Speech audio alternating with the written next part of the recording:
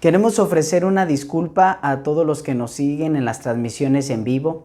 El domingo tuvimos unos problemas para transmitir, pero queremos subir la predicación en la serie titulada Lo Lamento. Esta predicación se titula El enemigo y vamos a ir a lo más importante en este tiempo de meditación, que es la lectura de la palabra de Dios en el libro de Lamentaciones capítulo 2, versículo 1 en delante. La palabra de Dios dice así: ¡Ay! El Señor ha eclipsado a la bella Sión con la nube de su furor.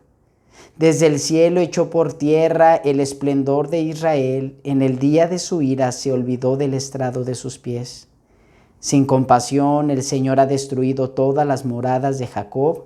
En su furor ha derribado los baluartes de la bella Judá y ha puesto su honra por los suelos al derrocar a su rey y a sus príncipes. Dio rienda suelta a su furor y deshizo todo el poder de Israel. Nos vimos frente al enemigo y el Señor nos negó su ayuda. Ardió en Jacob como un fuego encendido que consumía cuanto le rodeaba. Como enemigo tensó el arco, lista estaba su mano derecha. Como enemigo eliminó a nuestros seres queridos, como fuego derramó su ira sobre las tiendas de la bella Sión. El Señor se porta como enemigo, ha destruido a Israel, ha destruido todos sus palacios y derribado sus baluartes, ha multiplicado el luto y los lamentos por la bella Judá. Ha desolado su morada como a un jardín, ha derribado su lugar de reunión. El Señor ha hecho que Sión olvide sus fiestas solemnes y sus sábados. Se desató su furia contra el rey y dejó de lado al sacerdote. El Señor ha rechazado su altar, ha abandonado su santuario. Ha puesto en manos del enemigo las murallas de sus palacios. Lanzan gritos en la casa del Señor como en el día de fiesta. El Señor decidió derribar la muralla que rodea a la bella Sión. Tomó la vara y midió y destruyó sin compasión. Hubo lamentos en rampas y muros, todos ellos se derrumbaron. Las puertas se han desplomado. Él rompió por completo sus cerrojos. Su rey y sus príncipes andan entre las naciones. Ya no hay ley ni profetas, ni visiones de parte del Señor. En la bella Sión los ancianos se sientan silenciosos en el suelo. Se echan ceniza sobre la cabeza y se visten de luto. Postradas yacen en el suelo las jóvenes de Jerusalén. Vamos a orar. Padre, ahora que estamos delante de la exposición de tu santa y divina palabra, ruego que sean gratos los dichos de mi boca y las meditaciones en nuestros corazones delante de ti, roca nuestra y redentor nuestro. Amén. Un chico de secundaria llegó llorando a casa. Explicó por la noche a sus padres las razones por las cuales no deseaba ir más a la escuela. Se trataba de otro muchacho que siempre le amenazaba, le hacía burla y los demás se reían de él. Pero ese día había llegado más lejos. Una agresión física y no solo verbal había dejado al jovencito sumamente triste y el llanto no se hizo esperar. Se trataba del clásico acoso escolar. El chico refirió que le daba pavor su enemigo y que no podría contra él. El hermano mayor de la víctima inmediatamente sugirió acompañar a su hermano al día siguiente y arreglar esto. Se ofreció para hacerlo. Pero los padres no estaban convencidos de esto. De seguro que en algún momento en tu vida has identificado a tu enemigo. 3 fueron las incursiones de Babilonia a Jerusalén. La primera de ellas es registrada en el año 605 a.C., la segunda en el año 597 a.C. y la última en el año 586 a.C. En esta última deportación, el 586, fueron deportados gran parte de la población de Jerusalén.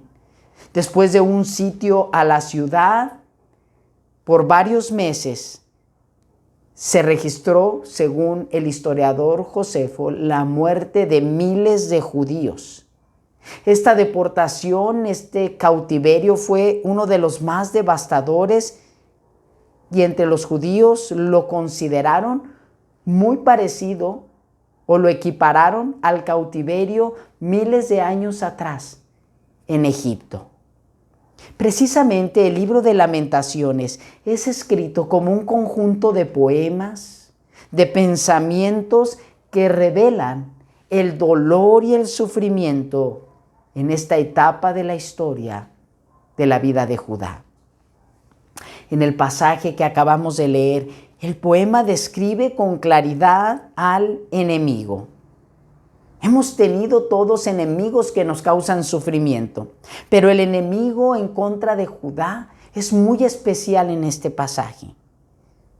Cabe resaltar que muchas veces nuestro enemigo se encuentra más cerca a nosotros de lo que creemos. En el pasaje que leemos en este segundo capítulo del libro de Lamentaciones, el profeta en varias ocasiones menciona al enemigo del pueblo.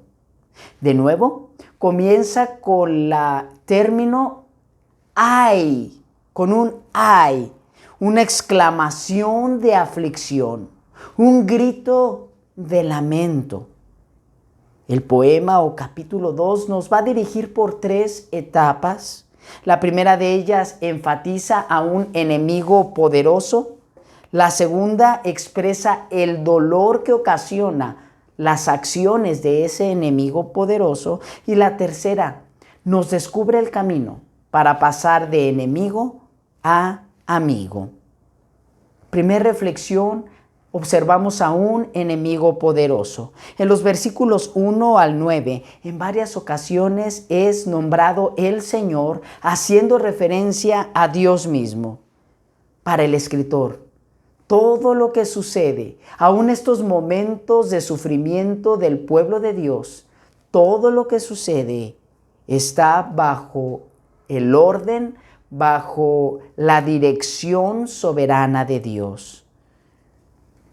Dios, entre sus atributos que la Biblia revela, es justo. Y la justicia de Dios es exteriorizada hacia Judá, hacia su pueblo de diversas maneras. En este segundo poema, el escritor utiliza una figura literaria llamada antropomorfismo, es decir, que es una forma humana.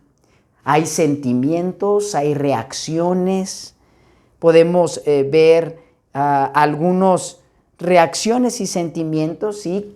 conocidos entre los seres humanos, los cuales se atribuyen directamente a Dios. Es decir, va a mencionar acciones como la ira.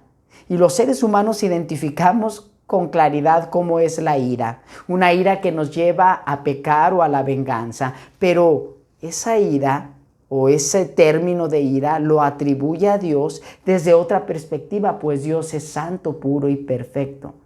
Sin embargo, utiliza esta forma de reacciones, acciones humanas para mostrar lo que Dios estaba haciendo en su pueblo.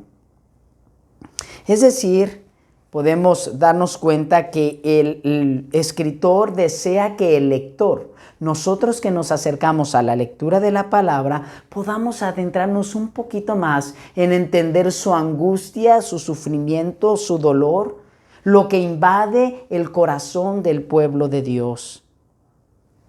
Dios había desarrollado varias acciones hacia su pueblo. La primera de ellas podemos verla del versículo 1 al 3. Dice, ¡ay!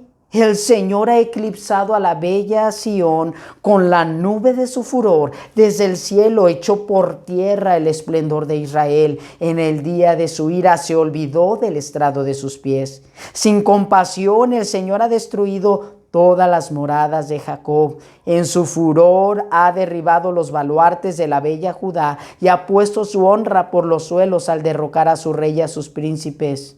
Dio rienda suelta a su furor y deshizo todo el poder de Israel.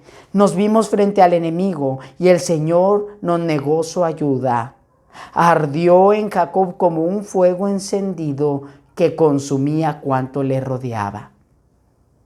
Dios se olvidó, destruyó sin compasión, derrocó al rey, quitó el poder y negó su ayuda a su pueblo. Ante el asedio enemigo, en este caso de Babilonia, Dios dejó a su pueblo, lo pasó por alto y le entregó al dominio de sus enemigos. Un término que constantemente es repetido en estos 3 versículos es el furor de Dios, la furia de Dios. Dios estaba molesto y Dios dejó sin ayuda a su pueblo.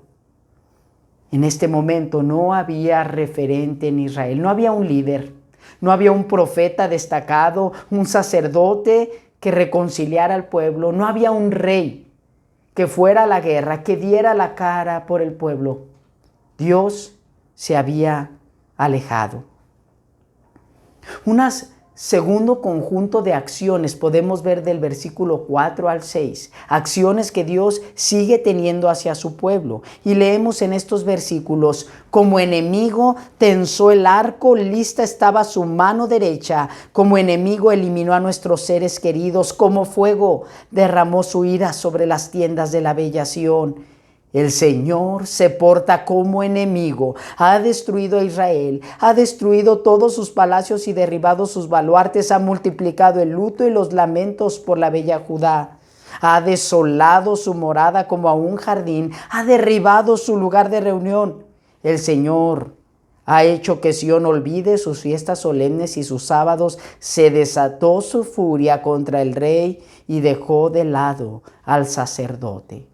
El Señor destruyó, derribó, desoló, rechazó, quitó la protección al pueblo. Estos versos ahora avanzan no solamente que Dios los dejó al dominio de sus enemigos, sino que expresan que el Señor mismo se portó como enemigo de su pueblo. No solo dejó a Babilonia que conquistara a su pueblo, sino que él mismo peleó en contra de Judá. Tensó su arco. La protección que ofrecían las murallas de Jerusalén fueron destruidas.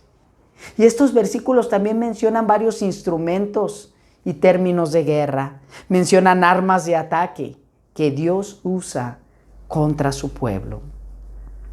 Un conjunto de acciones más vemos del versículo 7 al 10, donde el Señor dice: ha rechazado su altar, ha abandonado su santuario, ha puesto en manos del enemigo las murallas de sus palacios. Lanzan gritos en la casa del Señor como en el día de fiesta. El Señor decidió derribar la muralla que rodea a la bella Sión, tomó la vara y midió, destruyó sin compasión. Hubo lamentos en rampas y muros, todos ellos se derrumbaron. Las puertas se han desplomado. Él rompió por completo sus cerrojos. Su rey y sus príncipes andan entre las naciones. Ya no hay ley, ni profetas, ni visiones de parte del Señor. En la bella Sión los ancianos se sientan silenciosos en el suelo, se echan cenizas sobre la cabeza y se visten de luto. Postradas yacen en el suelo las jóvenes de Jerusalén. Notamos que las acciones de Dios fueron rechazo, destrucción, derribó, desplomó, dejó sin visión a su pueblo. Algo muy importante, menciona que el altar, el templo y las puertas del mismo fueron destruidas. El lugar de reunión con Dios y aquellos ministros que reconciliaban al pueblo con Dios, los sacerdotes, todo se había perdido. La adoración, que era sumamente importante, en ese momento de la historia había cesado. La razón es que Dios no estaba más con su pueblo. A simple vista podríamos preguntarnos: ¿por qué Dios hizo todo esto? ¿Acaso no es un Dios de amor? ¿Dónde está su compasión, su misericordia? ¿Dónde su clemencia? Dios es un Dios de amor, sin duda, de amor misericordioso. Dios es clemente, pero también Dios es justo y su justicia es amorosa y misericordiosa y clemente. En esta etapa de la historia vemos con claridad un atributo más de Dios, que Dios lo que dice, lo hace, que Él cumple su palabra. En la ley de Moisés se había advertido al pueblo que el castigo vendría si faltaban al pacto. Como un ejemplo de esto, en el capítulo número 28 del libro de Deuteronomio, que es uno de los textos más descriptivos en el Antiguo Testamento respecto a este tema, menciona en su primera parte varias bendiciones. Y estas bendiciones las declararían 6 de las tribus de Israel en un monte y declararían al pueblo las bendiciones por mantenerse en el pacto de Dios. Luego, la segunda parte del capítulo 28 menciona un conjunto de maldiciones, las cuales otras 6 tribus de Israel, estando en el monte Gerizim, declararían al pueblo si estos dieran la espalda a Dios, le desobedecieran y no cumplieran con su pacto. En esa segunda parte podemos leer varias maldiciones que sufriría el pueblo si desobedecían al Señor. En Deuteronomio 28, versículo 15 al 20, puedes leer las siguientes. Pero debes saber que si no obedeces al Señor tu Dios, ni cumples fielmente todos sus mandamientos y estatutos que hoy te ordeno, vendrán sobre ti y te alcanzarán todas estas maldiciones. Maldito serás en la ciudad y maldito en el campo. Malditas serán tu canasta y tu bandeja de amasar. Malditos serán el fruto de tu vientre, tus cosechas, los terneritos de tus manadas y los corderitos de tus rebaños. Maldito serás en el hogar y maldito en el camino. El Señor enviará contra ti maldición, confusión y reprensión en toda la obra de tus manos, hasta que en un abrir y cerrar de ojos quedes arruinado, exterminado por tu mala conducta y por haberme abandonado. Más adelante este mismo capítulo, este mismo texto menciona que la ciudad sería destruida, las murallas derribadas, sus hijos e hijas llevados al cautiverio, además de otras muchas maldiciones por dar la espalda al pacto de Dios. ¿Qué haría Judá en esta etapa de la historia para experimentar la disciplina divina? Probablemente, si somos honestos, podríamos decir que Judá hizo mucho de lo que nosotros hemos hecho. No escaparíamos tampoco nosotros al castigo de Dios, a la disciplina que merecemos. El poeta, al ver toda esta situación, de nuevo expresa su sentir, descubriendo parte de la situación degradante y dolorosa, vergonzosa en el pueblo. De esto nos habla el versículo 11 al 17, de un dolor que provoca las acciones del enemigo. Y dice así el poeta: el llanto me consume los ojos, siento una profunda agonía, estoy con el ánimo por los suelos porque mi pueblo ha sido destruido, niños e infantes desfallecen por las calles de la ciudad. ¿Dónde hay pan y vino?, preguntan a sus madres, mientras caen por las calles como heridos de muerte, mientras en los brazos maternos exhalan el último suspiro. ¿Qué puedo decir de ti, bella Jerusalén? ¿A qué te puedo comparar? ¿Qué ejemplo darte como consuelo, virginal ciudad de Sión? Profundas como el mar son tus heridas. ¿Quién podría devolverte la salud? Tus profetas te anunciaron visiones falsas y engañosas. No denunciaron tu maldad, no evitaron tu cautiverio. Los mensajes que te anunciaban eran falsas patrañas. Cuantos pasan por el camino aplauden burlones al verte. Ante ti, bella Jerusalén, hacen muecas y entre silbidos preguntan: ¿esta es la ciudad de belleza perfecta? ¿Esta es la alegría de toda la tierra? Todos tus enemigos abren la boca para hablar mal de ti. Rechinando los dientes declaran burlones: nos la hemos comido viva. Llegó el día tan esperado, hemos vivido para verlo. El Señor ha llevado a cabo sus planes, ha cumplido su palabra que decretó desde hace mucho tiempo. Sin piedad te echó por tierra, dejó que el enemigo se burlara de ti y enalteció el poder de tus oponentes.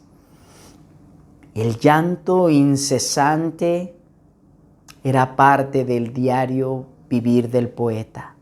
Su dolor era la desgracia que sufría su pueblo. El hambre era visible en las calles, había muerte, soledad. Con tristeza se queja de que sus enemigos se burlan de la bella Jerusalén y hacen mofa de ellos. Los profetas y sacerdotes dejaron de cumplir su función y hasta profetizaron mentiras. Y parece que de nuevo logra, en su agonía, en su profundo dolor, el poeta logra visualizar un centro en su sufrimiento. El versículo 17 nos recuerda que el profeta está esperando en la divina dirección de Dios. Nos dice: el Señor ha llevado a cabo sus planes, ha cumplido su palabra. Estaba entonces todo sujeto al decreto de Dios. Y aprendemos del profeta que en momentos de profundo dolor, en momentos de sufrimiento, debemos recordar que Dios está detrás de todo, que Dios tiene un plan y un propósito, y que aunque a veces no lo entendemos, Él está obrando en nuestras vidas. El poeta reconoce que Dios y su plan están detrás de todo lo que sucede. Que el problema en realidad no es Dios, que en realidad el enemigo no es Dios. Hay un enemigo principal y ese enemigo era otro. Para cambiar la situación, Dios tenía que hacer algo por su pueblo. Y este es la tercera punto de reflexión en la predicación: de enemigo a amigo. Versículo 18 al 22. El corazón de la gente clama al Señor con angustia. Bella Sión amurallada, deja que día y noche corran tus lágrimas como un río. No te des un momento de descanso, no retengas el llanto de tus ojos. Levántate y clama por las noches cuando empiece la vigilancia nocturna. Deja correr el llanto de tu corazón como ofrenda derramada ante el Señor. Eleva tus manos a Dios en oración por la vida de tus hijos que desfallecen de hambre y quedan tendidos por las calles. Mira, Señor, y ponte a pensar: ¿a quién trataste alguna vez así? ¿Habrán de comerse las mujeres a sus hijos fruto de sus entrañas? ¿Habrán de matar a sacerdotes y profetas en el santuario del Señor? Jóvenes y ancianos por igual yacen en el polvo de las calles. Mis jóvenes y mis doncellas cayeron a filo de espada. En tu enojo les quitaste la vida, los masacraste sin piedad. Como si invitaras a una fiesta solemne, enviaste contra mí terror de todas partes. En el día de la ira del Señor nadie pudo escapar, nadie quedó con vida. A mis seres queridos, a los que eduqué, los aniquiló el enemigo. El poeta hace una invitación al pueblo. Les dice: sigan llorando, sigan lamentando, dejen que las lágrimas corran, siempre y cuando este sufrimiento les lleve a acercarse a Dios, a buscar de nuevo a Dios. Les anima a clamar con un corazón contrito, humillado y dolido. Como dice el apóstol Pablo, hay lágrimas que nos llevan al arrepentimiento. No siempre las lágrimas son malas. A veces el sufrimiento, guiado por el Espíritu Santo, nos lleva al arrepentimiento y a la búsqueda de Dios. Es a veces en esas situaciones de dolor que se puede apreciar la realidad de mi propio corazón y experimentar la grandeza y la clemencia de Dios. Probablemente tú, como yo, has pasado por tristeza profunda. ¿Qué sucede cuando buscas el rostro de Dios? Estoy seguro que tú, como yo, responderás: las cosas cambian y el gozo de Dios viene. No importa cuál sea tu situación en este momento. Probablemente estás pasando por un bache de profundo dolor y las lágrimas han bañado constantemente tus ojos y mejillas. El consejo de la palabra de Dios es el mismo. Aprovecha este dolor y vuélvete verdaderamente a Dios. El poeta había entendido algo que nosotros debemos entender también, debemos de comprender. Dios no era el enemigo. ¿Quién era entonces el enemigo? El enemigo era el pecado que estaba profundamente arraigado en el corazón del pueblo. Nuestro enemigo somos nosotros mismos, nuestro propio pecado. El mal del corazón había desviado al pueblo de su Dios. Dios solo respondió con una justicia santa y perfecta para hacerles regresar a Él. Solo una acción de justicia, pero a la vez una acción de amor, nos expresaría perfectamente el plan de Dios. Los padres del jovencito de secundaria tuvieron una extraordinaria idea. Lejos de buscar la venganza de su hijo, decidieron invitar al enemigo de su hijo a la casa, le prepararon una comida deliciosa y provocaron que los chicos convivieran y jugaran. Un acto de amor fue la diferencia en la enemistad. Tiempo después, el enemigo se convirtió en el mejor amigo. Un acto de amor de parte de Dios, pero un acto de justicia al mismo tiempo sería la solución para derrotar al enemigo, el pecado. El apóstol Pablo lo describe así en su carta a los Romanos, capítulo 5, versículos 6 al 11, podemos leer lo siguiente. A la verdad, como éramos incapaces de salvarnos, en el tiempo señalado, Cristo murió por los malvados. Difícilmente habrá quien muera por un justo, aunque tal vez haya quien se atreva a morir por una persona buena. Pero Dios muestra su amor por nosotros en esto, en que cuando todavía éramos pecadores, Cristo murió por nosotros. Y ahora que hemos sido justificados por su sangre, con cuánta más razón por medio de él seremos salvados del castigo de Dios.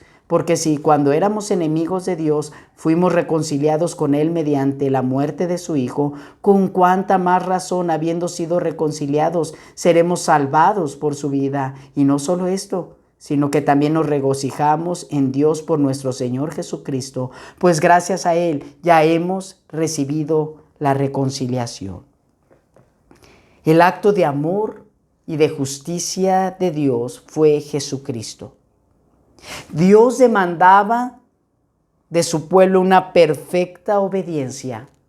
Y ni Judá en el pasado, ni tú y yo en el presente pudimos cumplir a perfección con obediencia lo que Dios demandaba. Entonces fue necesario que el Hijo de Dios, perfecto en pensamiento, palabra y acción, viniera a esta tierra a cumplir con la demanda de Dios. Dios demandaba también el castigo del pecador y tú y yo merecíamos el castigo como Judá lo recibió.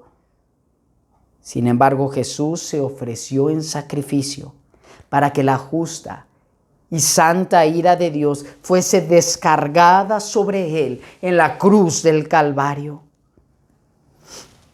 El poeta en el capítulo 2, versículo 20, pregunta, Señor, ¿a quién has hecho esto? Y pasaron milenios para que la respuesta de Dios en el Nuevo Testamento fuera, a mi propio Hijo le he hecho eso. Mi propio Hijo recibió el castigo que tú y yo merecíamos. Es gracias a ese sacrificio que nosotros somos transformados de enemigos a reconciliados por Dios en Cristo. Oremos. Padre, gracias damos por tu palabra. que nos muestra tu perfecta voluntad. Tu deseo es acercar a tu pueblo, Señor, y a veces utilizas diversos medios como es el sufrimiento, pues solamente por medio del dolor podemos ver nuestro corazón, confesar, declarar delante de ti nuestro pecado.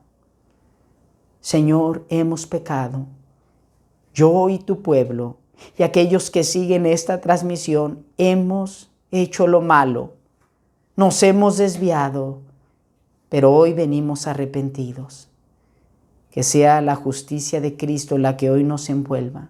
Señor, danos el don del arrepentimiento y ruego por aquellos que en este momento me escuchan y ven y están pasando por diversas pruebas o disciplina, que hoy, Señor, sus ojos se llenan de lágrimas, que esas lágrimas, que ese llanto sea provechoso para que los atraigas a tu perdón y que por gracia podamos tener un poquito más de conocimiento de tu soberana y perfecta voluntad.